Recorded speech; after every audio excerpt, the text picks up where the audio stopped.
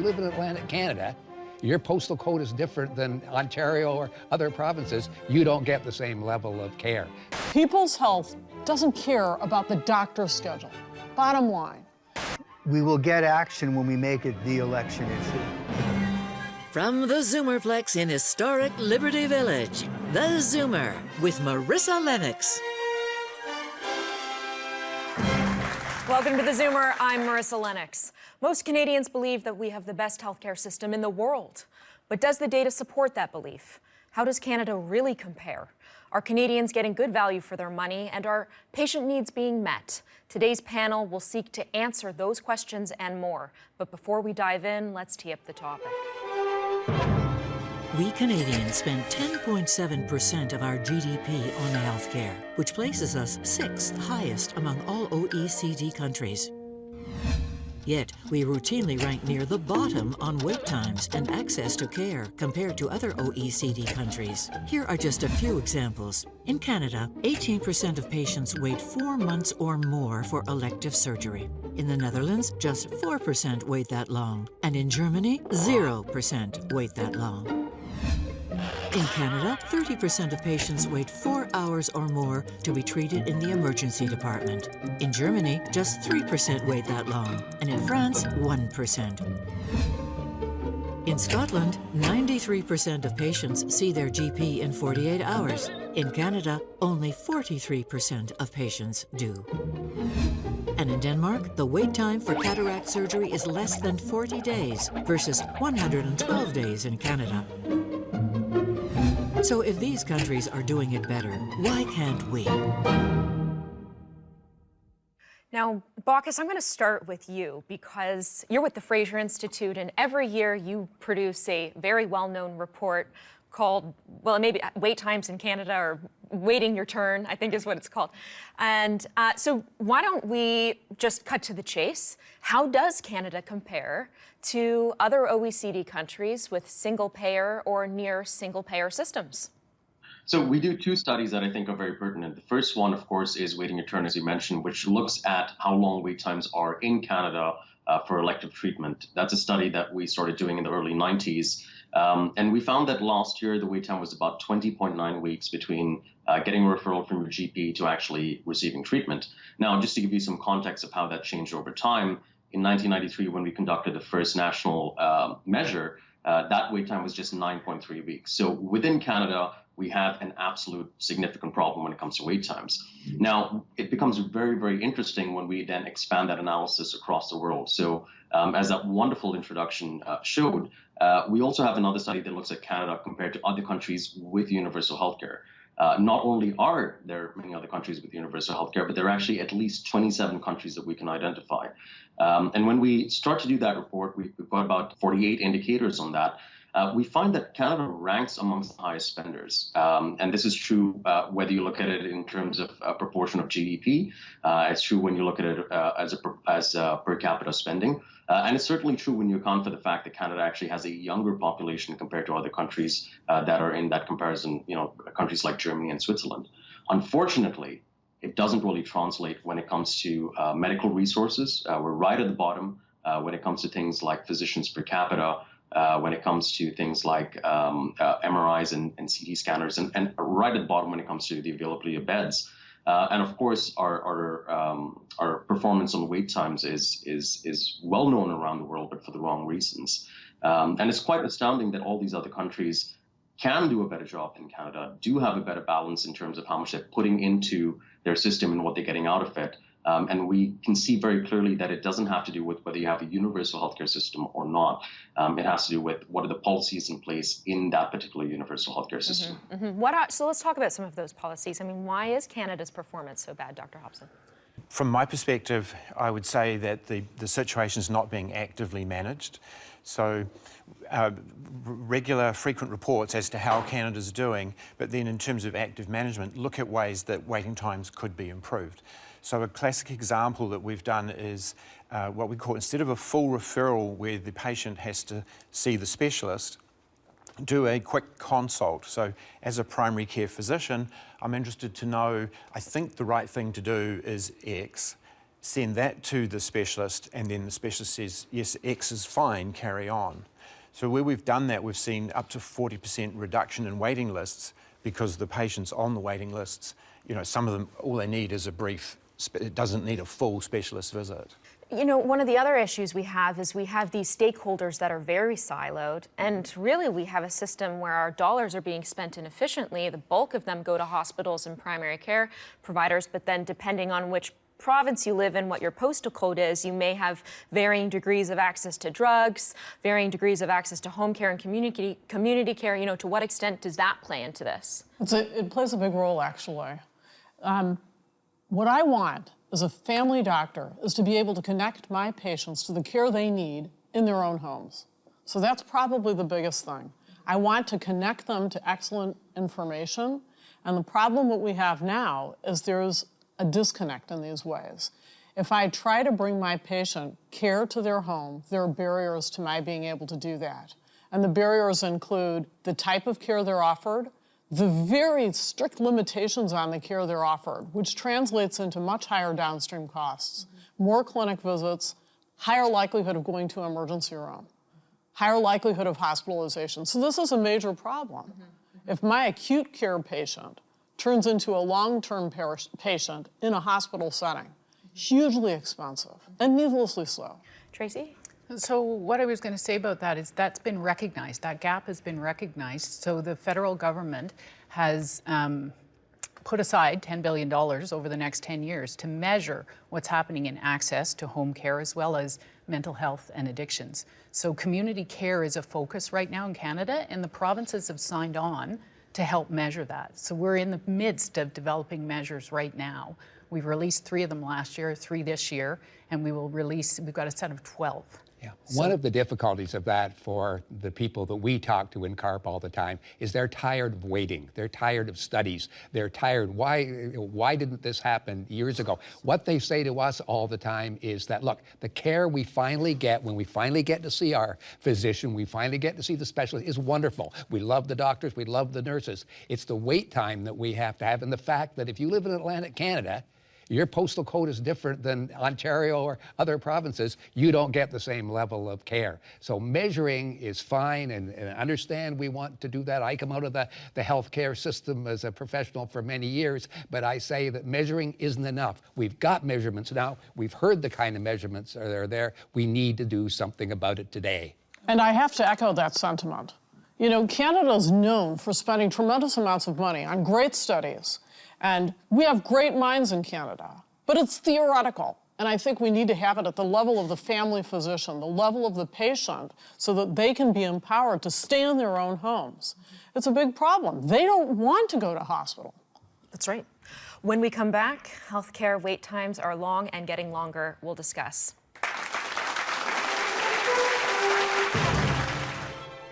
Big bad United States, look at them, we don't want to be like them. But even the ideological debate, I would maintain, is a con.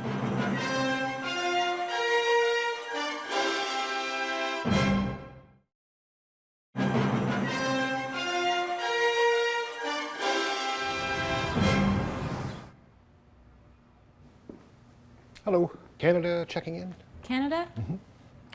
Okay, you can have a seat. Thank you. UK? Yes. You can go in now. Thank you. Australia. Australia? Okay, you can have a seat. Hi there. Norway. Okay, you can have a seat. Netherlands? Okay, you can have a seat. Australia? You can go in now.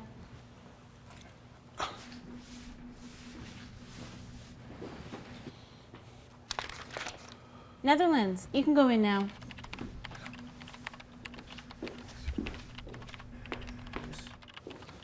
Excuse me. How long do you think I'm going to have to wait? Who are you again? Canada. Canada. Oof. I'd take a seat. You'll be here all night. Thanks. Ugh, Canada. Norway, you can go in now. Welcome back. That was CARP's newest campaign commercial highlighting how Canadians continue to languish in ER waiting rooms longer than patients in most other developed countries. While the average wait for a Canadian is longer than 4 hours, it is not uncommon to see reports of patients waiting upwards of 16 or 17 hours in ER, depending on the time of year and their postal code.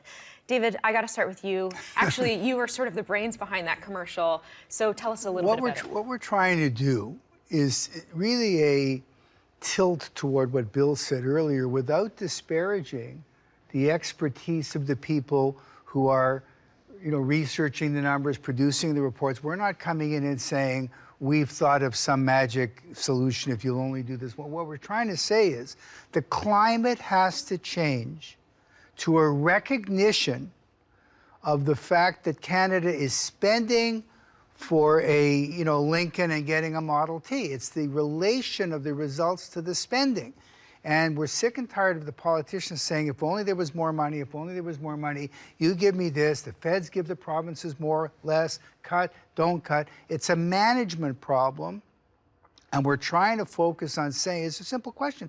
Why can't we have what Norway has? Why can't we do what Italy does? Why can't we get what the UK gets? These are not right-wing, wild, runaway capitalistic countries. These are countries with single-payer systems like ours that are delivering better. And what we're trying to do at CARP is to tell the politicians we are going to start looking at these other countries, and we are going to start holding you accountable for producing comparable results when you're spending even more money. Baucus, by any measure, Canada does rank near the bottom on emergency room wait times. Why is that? So it's not just emergency room wait times. As as the 2 seconds show, Canada also ranks at the bottom when it comes to the number of the percentage of patients who reported waiting for a specialist, as well as right at the bottom when it comes to the percentage of patients who waited 4 months or longer for actually receiving treatment.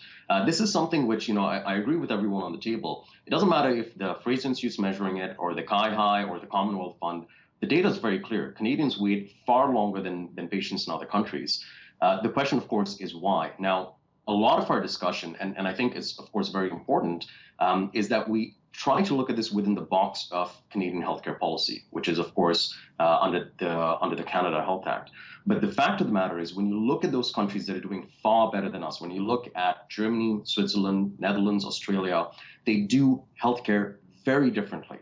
They look at the private sector in a completely different manner. They embrace them either as a partner or an alternative, as a pressure valve. They expect patients to share in the cost of treatment. Yes, most universal healthcare countries expect patients to share in the cost of treatment, and they fund their hospitals based on activity in order to incentivize competition.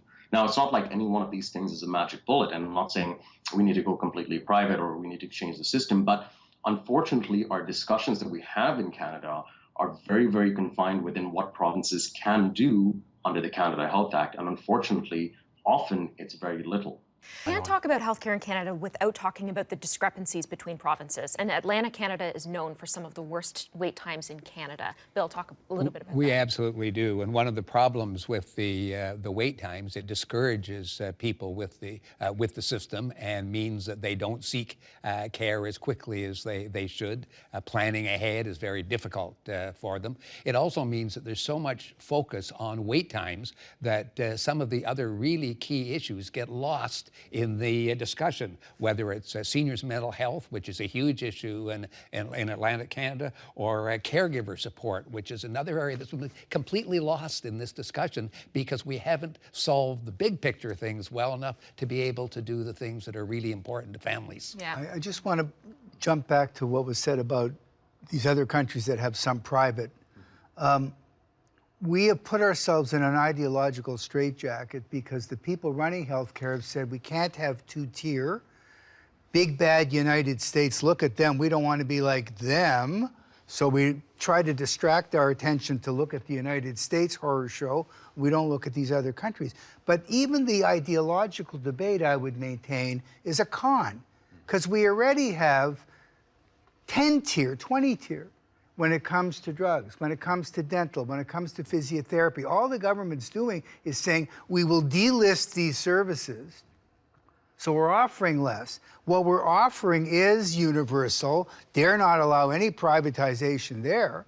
But if you want any of these other things that you badly need, We don't even cover that, so you can go to the private sector. So the notion that somebody who has maybe a better education, lives in a bigger city with more resources and has the money can't get better health care than a poor person is ridiculous. They can, and they do. We already have a 2-tier, 3-tier, 5-tier system. Let's get real about it. Let's get real about what we can deliver. Let's look at these other countries and say, what are they doing there that we can't have here? Because to me, as the voice of the consumer, I'm just looking, and you saw in that commercial, how come Australia got in and I was still waiting? It's real social simple, determinants of health are always a reality. You can't get around that, whatever system you have, right? So if there's a privatization or not, and you know the old adage, a Canadian politician can only lose an election on the basis of health care. They can never win it. I can only We're going to speak try to for make a few of them lose it. well, perhaps. Well, and it's not a coincidence that it was barely mentioned in the last federal election. I'm certain it's not a coincidence. But what I find patients' responses are to those wait times, they fall into basically one of two camps. The camp that says, the wait is so long, I'm going to get in line early. Just get me in line. Because I know it's going to take 10 months. And that may be some of the members of this audience, where they're just, you know, they're knowledgeable. They know how to navigate the system. And then you have the other kind. The other kind are too vulnerable, too sick, and not able to stand up for what they need. And what do they say? Whatever it is okay. But and it's not okay. What you don't want, though, is you don't want a two-tiered system where the person who's just as sick but doesn't have money doesn't get care. And so partly what we're trying to do in Canada, I understand there is an ideological divide, but partly what we're trying to do in Canada is level that playing field so that if you have money, why should you get a hip replacement current health before system, somebody else who's poorer than you are? Okay, but my point is that that's where the con comes in, because the 2-tier, you're completely right when it comes to hip replacement, but there's all these other services that I can get that are already private. So why are we pretending that it's a universal system when it's not? But that's a conversation about what else we should be providing as universal care. So medication is one of them, dental is another, and ancillary services like physio or occupational therapy. Currently we have a system where people who are low income are being disadvantaged. I mean, that is the existing Canadian system. People that are low income can't get home care, can't get home and community care when they need it necessarily, or maybe those supports aren't there. But if I have money, I can't necessarily get it either. You can pay for it out of pocket, of course you can. So you can pay for out of pocket, but if we're talking about public care, you stand in the same lineup as someone who doesn't have money. We know that private care represents a double sword, a double edge, right? On the one hand, it perhaps will take some pressure off of the system as a whole. But on the other hand, physicians who are at the top of their game and happen to want money, which is a lot of physicians, right, may instead focus their practice solely on making money.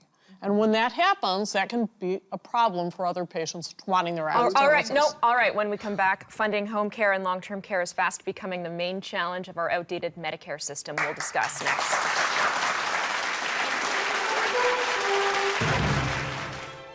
The people who give caregiving, for the most part, are friends, relatives, and family.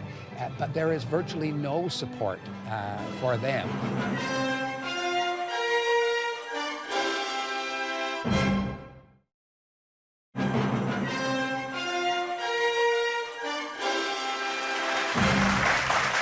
Welcome back. One of the main challenges of our Medicare system is a lack of funding for home care and long-term care.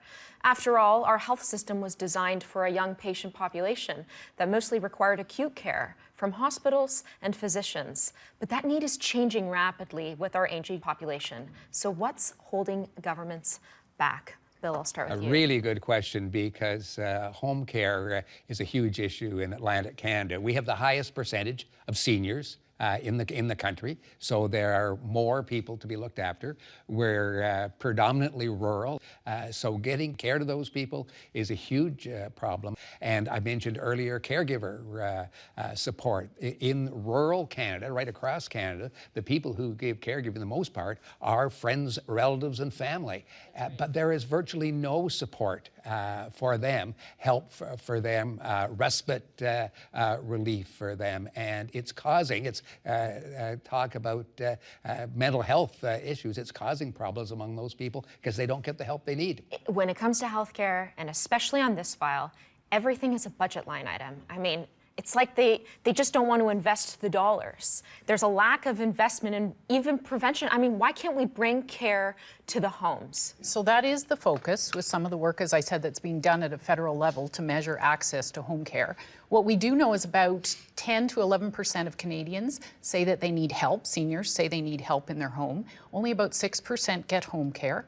And there's a smaller proportion than that, about 1% say that they wanted to access care and couldn't get it. So there is an understanding that there is unequitable access across the country, and that provinces fund home care differently depending on where you live. So there is a technology contribution to the story, which is basically remote patient monitoring, managing the patient in the home better with electronic tools.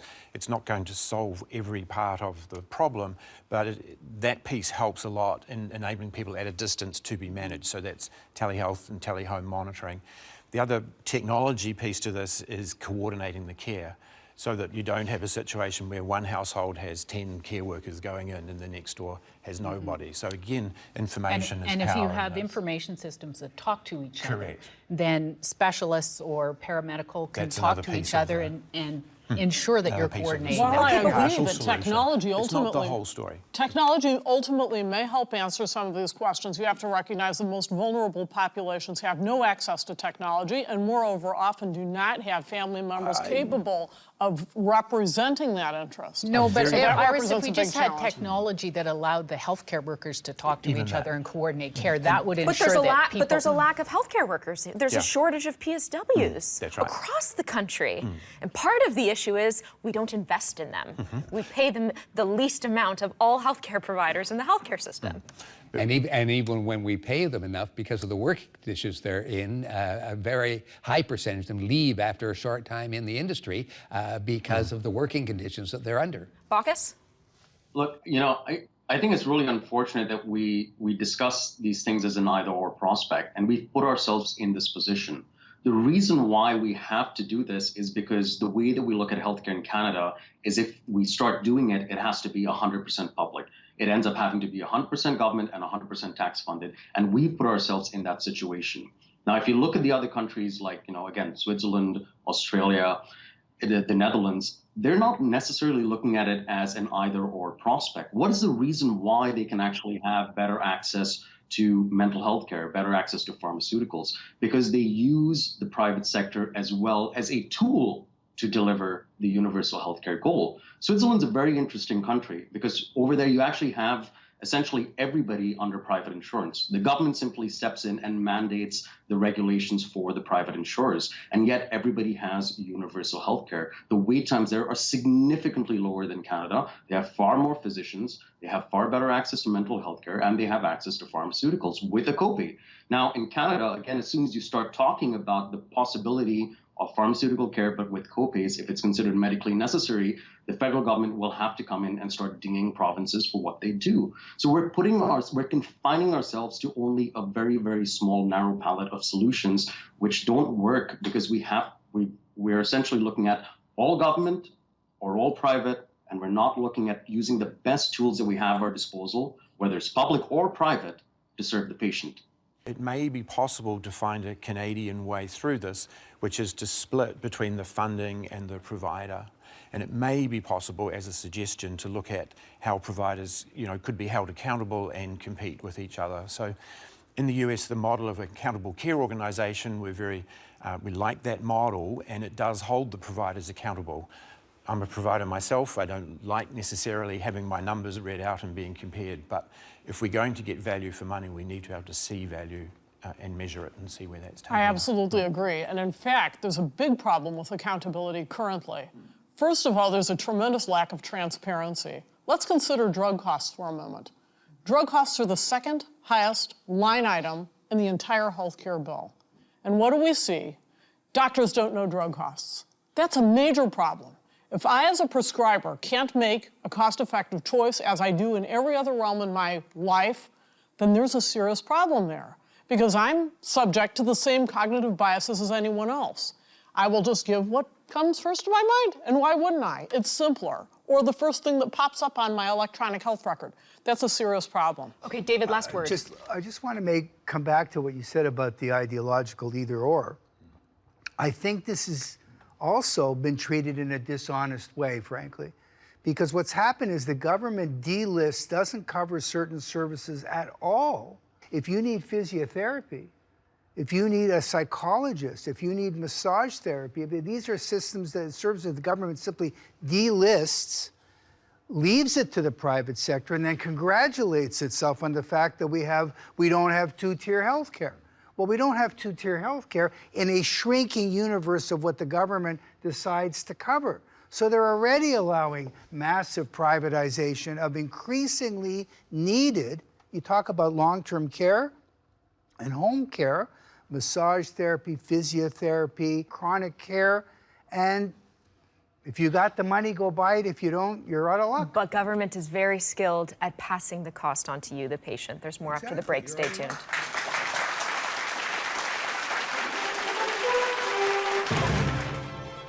And there should be mandated portals of access for all patients to their primary care records, so that wherever they are, the primary care record is with them.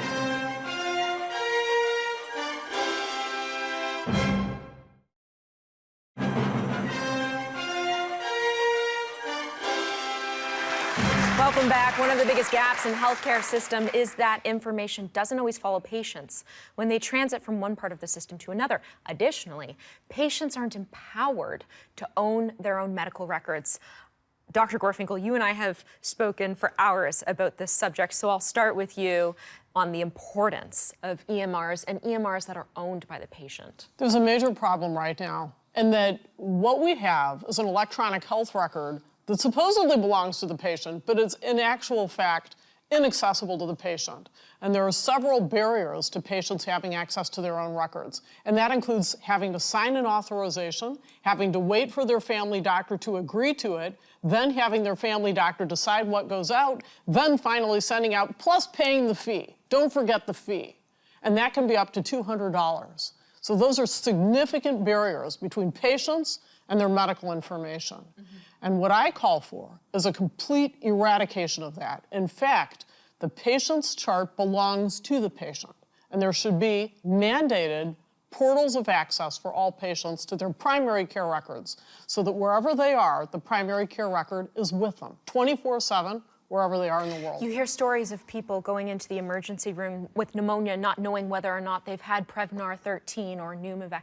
You know, people don't know their own health records. This would be, I mean, even more basically, they don't know their allergies. Sure. They don't know what drugs they failed.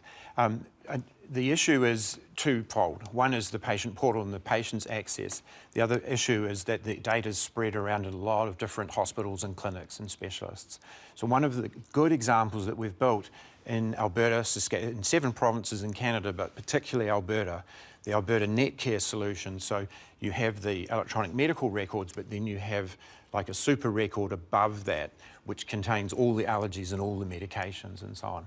Now that model of Alberta has been highly successful and adopted in other, both across Canada. We took it to the Abu Dhabi in the Middle East. So it can be done at that level, that you can integrate the data into a single view. Then you have to give patients access. My understanding in Canada, the McInerney versus McDonald, the patient owns the record. So my understanding is they should not be being charged. This is something CARP is looking at in Nova Scotia, because we don't, and because what they've said is in a number of years they're going to destroy all those records. And we don't think they can destroy. I don't want them destroying my records. The logic of what Dr. Gorfinkel said, which I completely endorse, is it's patient-centered healthcare. If the patient is the unit that you're paying attention to, and you're saying, what do we need to do to deliver better outcomes for the patient, you flip what our model is in Canada right now. And our model in Canada right now is, what do I do to tweak the system with the least amount of money I can get away with the minimum political damage, and I can keep dancing and looking busy while changing very little. If I flip to a patient-centered system, then everything is based on, what outcomes am I getting on behalf of my clients? I'm really glad you brought that up, because the entire system, from long-term care to when family physicians when people can access their primary doctors, to even what we're talking about now, none of it is patient-centric. Why do you think, isn't it odd that the average person wakes up at 5:30 a.m. in a long-term care home, but they don't get fed until 7? Or maybe the people will come in for some kind of entertainment at 8 after most people have already gone to bed? Isn't it odd that people, when they need care the most at 7 p.m. or 8 p.m. or 9 p.m. at night, can't access their family doctors, so they end up in an ER? Isn't it odd that people don't have access to their records? Our system isn't patient-centric. People's Health doesn't care about the doctor's schedule. Bottom line. And I'm in complete agreement. If a patient is to own their own medical record, that empowers that patient to take better care of themselves. Or if they are unable to, their family or loved one is then empowered to do that. So the current system sets up barriers that are problematic for patients to take their own control. Bacchus, did you want to jump in here? Yeah, we have to temper our expectations of what this will lead to. Absolutely, it will benefit at the margin. But the fact of the matter is, even if you have your own records, if you're still stuck in a system where you only have access to one particular orthopedic surgeon, and you still have to access it within the same place, that's all. I mean, it's really not going to make a significant change at the end of that, despite the fact that you have your record. So benefits at the margin, but not overwhelming change. So in Canada, you do have, generally as patients, we go on our physician's recommendation of the surgeon we should see or the care we should get next. But you do have some options as a patient to research where else you can get care and to ask your physician to refer you to someone else. You also, a lot of the provinces have systems with respect to wait times now that say, if you want another provider and not the one your family physician recommended, they can probably provide you with that. But wait times we know are enormous. It is particularly for orthopedics. So I'd like to point out that hip and knee replacement wait times are on a par with what's happening in all of the countries you guys have mentioned. What you did pick on was cataracts, which are one of the ones where we're not doing so well. But when it comes to hips and knees, where we can measure, we're on a par with the OECD You're still waiting countries. over 6 months on average for a hip and a knee replacement. You can be what in orthopedic surgeons have told us is that if you can get it within 6 months, that's a medically acceptable wait time. But we know that. But we know that they're not getting OR time because there aren't any hospital beds for recovery. I mean, So wait times are a complex issue, and one of the things we do know is that money is not the only solution to the problem. So putting more private spending in so you can get. We have a system currently, and the system is this, that if a surgeon... Go ahead, Bacchus. Jump in and talk about this data about, either cataracts or hip and knee surgery. It is extremely problematic when we look at just one procedure at a time. Both of these procedures were part of the Pan-Canadian benchmarks, which were there in 2004, where a lot of money was dedicated to try and reduce these wait times. The cost was that wait times actually ballooned up for the rest of the Canadian system. We have a No, actually, you're wrong. You're actually wrong there, because we did some research for about 3 years in a row, and it didn't show that there was a change in the volumes of other surgeries that we've done in Canada. Bacchus, final word there. Also, that study showed that the efforts of the Pan-Canadian benchmarks did not achieve the results that were intended at the time. And the fact of the matter is, when you look at hips and knees, and I've looked at the CAHI data, and CAHI does fantastic work, and I'm extremely grateful to them. But a lot of these measures, when they're looking at the OECD average, actually don't include countries like Switzerland, the Netherlands, and Germany. And those are the countries that are included when you look at the larger wait times for things like the 4 months to wait a specialist and 4 months to waiting for treatment, which are actually looking at the system as a whole. We have a tendency where if we start measuring one particular treatment, we get a lot of money behind it, we get a lot of innovation behind it, but everything that's not being mentioned often gets left by the wayside, and we should not get into that trap. All right, when we come back, we'll take questions from the audience. That's next.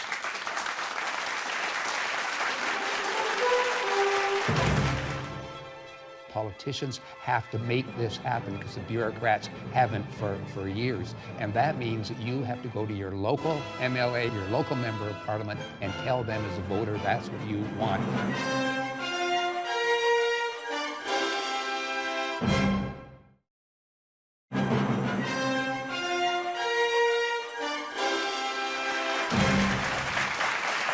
Welcome back. We'll take questions from the audience now. Welcome to the round table. What's your question? My question is, how do we get the government to move so that more long-term care beds, more assisted living, more palliative care beds are available when needed, so that will free up the beds in the acute hospital, so that that will eliminate some of our wait times? That's part of the solution, but how do we make it happen? Can I start with that one? It really comes down to a political decision. We're talking about the technology, but the bottom line is the politicians have to make this happen because the bureaucrats haven't for years. And that means that you have to go to your local MLA, your local member of parliament, and tell them as a voter that's what you want. It's the only way in the long run that we'll get the kind of action we need. The politicians have to hear us. When I hear your question, I actually am filled with sadness. And I'll explain why that is. Because we know that when those acute care beds get filled, they're often filled with those long-term care patients, and at a crazy high cost. And you know, that's exactly what we don't want. That's exactly what the patients don't want and what their families don't want. And guess what? It worsens cognitive impairment. It worsens dementia. Every single change, every single switch. It's not just expensive, it's breaking the system. And so I don't have an easy solution for that, but I think it does start with a strong will and deciding we've had enough. We're spending way too much on care when we needlessly don't have to be doing Again, it. the system does need to be managed so that somebody understands that it is actually cheaper to be in the long-term care than it is to be in the hospital, and then is able to move that patient. So this is where you do need a total picture of what's going on, and then when you make those investments, you need to be accountable. How well are those investments actually working? And be able to sort out who could actually benefit from home care and being able to live in their home versus someone who actually does need much That is more not care. a challenge in family practice. We understand who needs to be at home. We understand who needs the long-term But care. often Usually what that's a happens pretty when people go, straightforward thing. often what happens is exactly what you said, Iris. When people end up in the ED, they decompensate and they don't look like they did when they were at home, and they get shifted to long-term care when maybe they didn't need to be. They're not But shifted part to of their long-term care, they're shifted to the acute care bed. That's the problem. They don't have the long-term care bed. They're sitting in the acute care bed, spending government money. Yes, but they're waiting for long-term care in the end because they decompensated. So part in of the acute care bed. Their families can't manage it anymore. And they're doing everything they can. They're burnt out. And that's a serious problem. I'm talking right from the front lines. This is your question, right here. Good. Just to piggyback on what Bill said, to everybody in the room now and everybody watching, the Zoomer cohort casts 6 out of every 10 ballots in the average election. We will get action when we make it the election issue. If the government is afraid of being defeated, unless they fix this, we're going to get their attention. The only language they understand is losing an election. So we have to make it an election issue. We have to tell them it's our priority because we actually have the votes to carry the day. Okay, thank you for your question. When we come back, final thoughts from our panelists. That's next.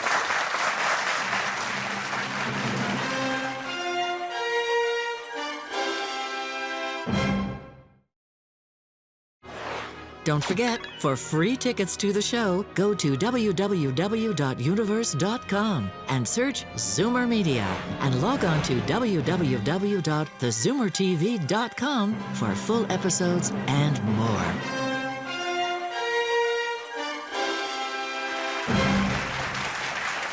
Welcome back to the Zoomer. It's time for final thoughts from our panelists. We'll start to my left, David. What we're trying to do, and what I want to stress from the patient or the customer point of view, because I'm not an expert on healthcare delivery, is to change the culture in the country to where the politicians understand that we are not happy. We want a public acknowledgement that there is a problem and a commitment to fix it. And the only way we're going to get that is if everybody in the room now, tell your friends, if you're at home watching, carp.ca/fixhealthcarenow, add your voice. Let's show them that there are hundreds and thousands and tens of thousands and hundreds of thousands of people that are saying, I want to be the focus. I want a patient-centered system. I want measured results. You deliver it, or we're going to vote against you. It's that simple. Otherwise, it won't change. Tracy. At CIHI, as was stated, we look at measurement across the country to try and galvanize change. And I think I would say, how do we fix the system? Just like this show, by helping to educate the public. So cihi.ca, if you want to know more about the health system. We have outcome measures, we have access measures, we have the health status measures of Canadian hospitals and provinces. So much to say, so thank you for having me here today. I think the system does need to be patient-centric. That's absolutely number one. We do need to provide patients with access to the records. That will help. I do think we have to manage the system better. We need to remove inefficiencies and waste. I don't think a patient survey goes nearly far enough to improving inefficiencies within the hospital or things like long waiting times. If you have the data and a focused management to improve things, there's a huge amount of improvements can be made. Bacchus. Look, the way that we're currently doing things is not working.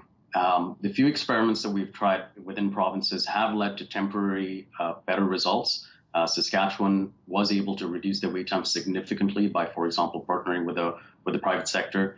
But the thing is, even there, that reaches a pinnacle where it can't go any further. The reason why is because we're confining ourselves towards Canada's health, the Canada Health Act. Until we realize that other countries are doing it better, that there's a better way to do universal healthcare, and that we need to put the patient at the center rather than the system at the center, we're not going to make any significant lasting change. We've heard over and over again that it's the way the program is managed that's the problem. It's not the frontline people. It's not the well-intentions of everyone. It's just not well managed. We have to demand that our politicians make sure they have top management, give the management the support they need, and demand that these changes be made. Mm-hmm. The individual voice matters. You should never underestimate your own voice. Write to your politician, write to your health administrator in the hospital. If you've had a negative experience, don't underestimate the power of a letter. It matters, and it matters a lot. And don't shirk the individual responsibility, because I think that's a major problem. All right, that's all the time we have. Thank you to my panelists, to the audience in studio and at home. We'll see you soon. For now, it's time to zoom out.